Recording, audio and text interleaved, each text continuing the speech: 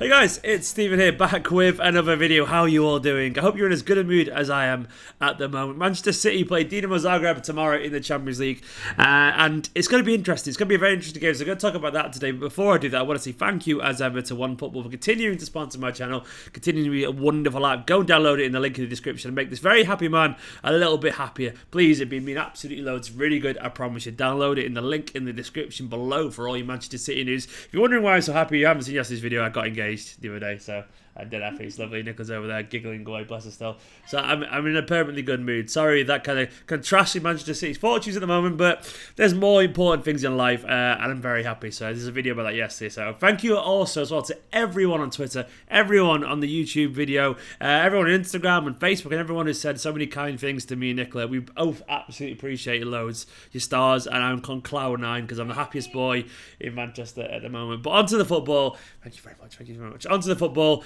City play Dinamo Zagreb tomorrow. I think we all know that City's fortunes recently have not been as good as mine. So we need to turn that around. It's a weird game, this one, because basically absolutely nothing rides on it for City. So we are already through, as we all know. But we've taken basically what looks like a more or less a full strength squad to Dinamo Zagreb. So I'll read out the squad for you. We've got Bravo, Rodrigo, Otamendi, Walker, De Bruyne, Ederson, Sterling, Bernardo, Carson, Gundogan, Mendy, Foden, Gabriel Jesus, Mahrez, Zinchenko, Cancelo, Angelino, then Eric Garcia and Taylor Harwood-Bellis. Those two, of course, are the surprises there. Harwood-Bellis in particular. Good to see Zinchenko back as well. So we have taken a couple of kids there, and that's mainly because of the injuries. Guardiola did say we've got a few players missing. David Silva's out, Aguero's out, and Stones are injured. He said David had a huge kick in a dangerous kick in his leg. That doesn't make any sense whatsoever, but that's what I've read offline. Had a huge kick in a dangerous kick.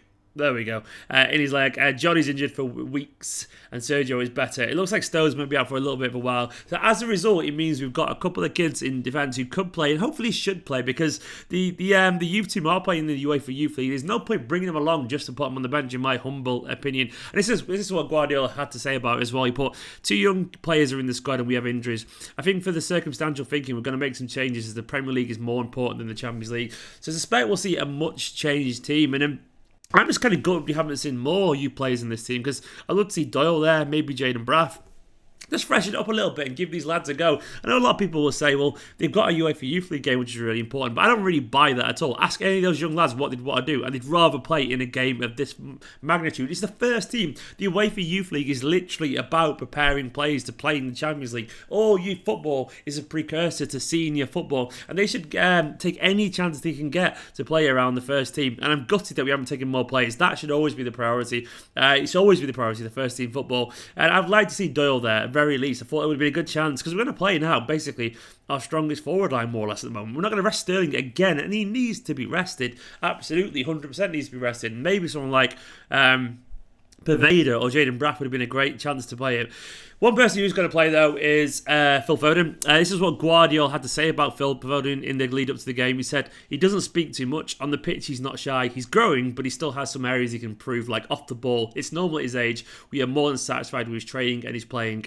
And then he went on to be asked about whether Foden can replace David Silva, and Guardiola replied, "That is our wish. Of course, David is a legend, the amount of games and titles he's won, but we believe Phil can do it. He has the quality in the tight spaces. He has the box-to-box like the typical English player. Once he gets minutes, he will learn what he needs to play in that role. He's had a good impact coming off the bench in the Atlanta game. We believed he could play, and he played the full game. Like the other players, he can find space. The confidence is always there, no matter if he played 90 minutes or 20 minutes. And this is a big chance for Phil Foden now. Now, I think a lot of people are getting a little bit frustrated with the lack of energy and the lack of legs in midfield. And I subscribe to that as well, to be honest. It's been a little bit frustrating watching us look so laggy and so predictable, and I am not for one second ever going to slag off David Silva, because I love him, and all he's guilty of so far is getting older. It's not really his fault as such, but he can't run in the way he used to be able to run. He can't close it down.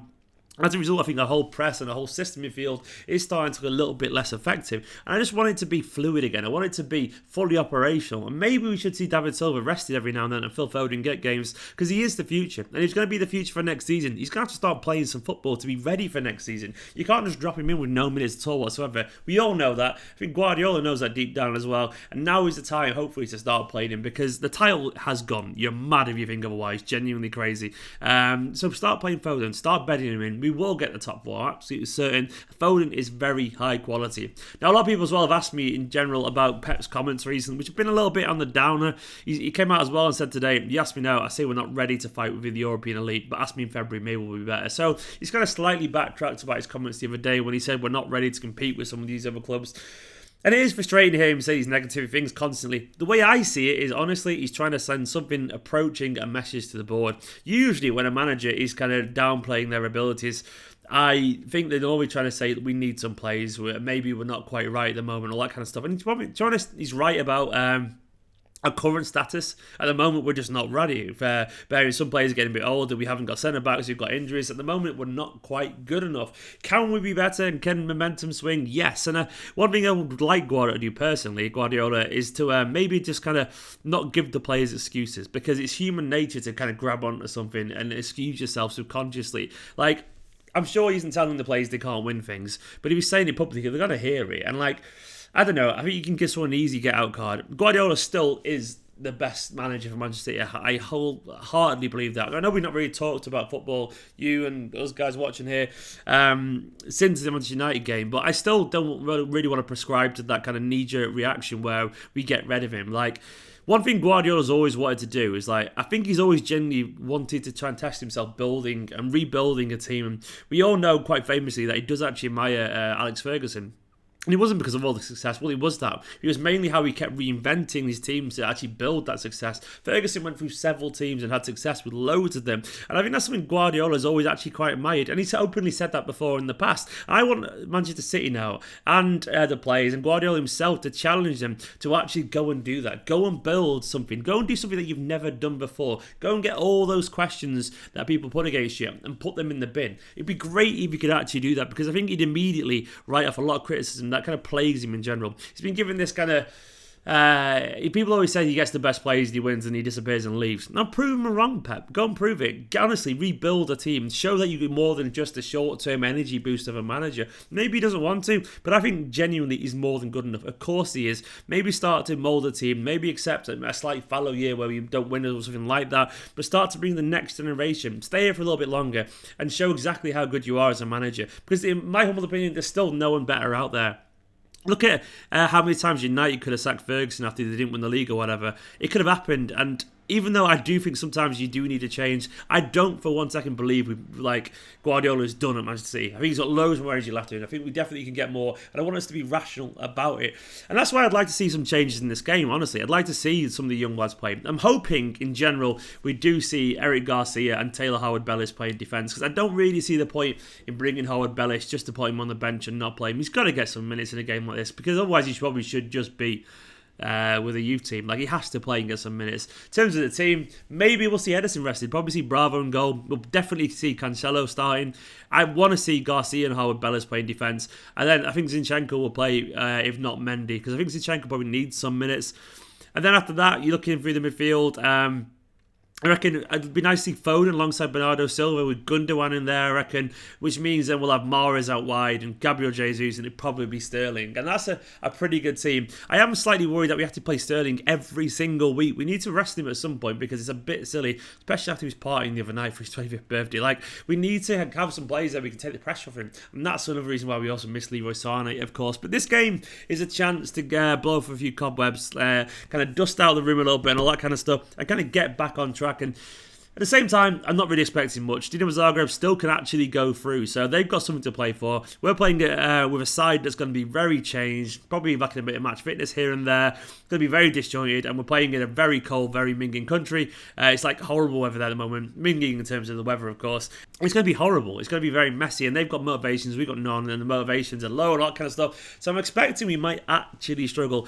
The way I see it, I just want to make sure we go there, learn a few things, and put in a good display. I want to see the young lads get a game. I want to see more of the young lads get a game, and I want to see Guardiola make a bit of a statement, because the Premier League is gone. It's gone, and this is a good chance to basically just get them back on track, basically, because the wounds have slowly started to heal since the weekend. I've calmed down immensely. I've obviously got very good personal reasons to calm down, because I'm just a happy man, and she's giggling away over there still. There she is. Look at her. She's so happy, bless her.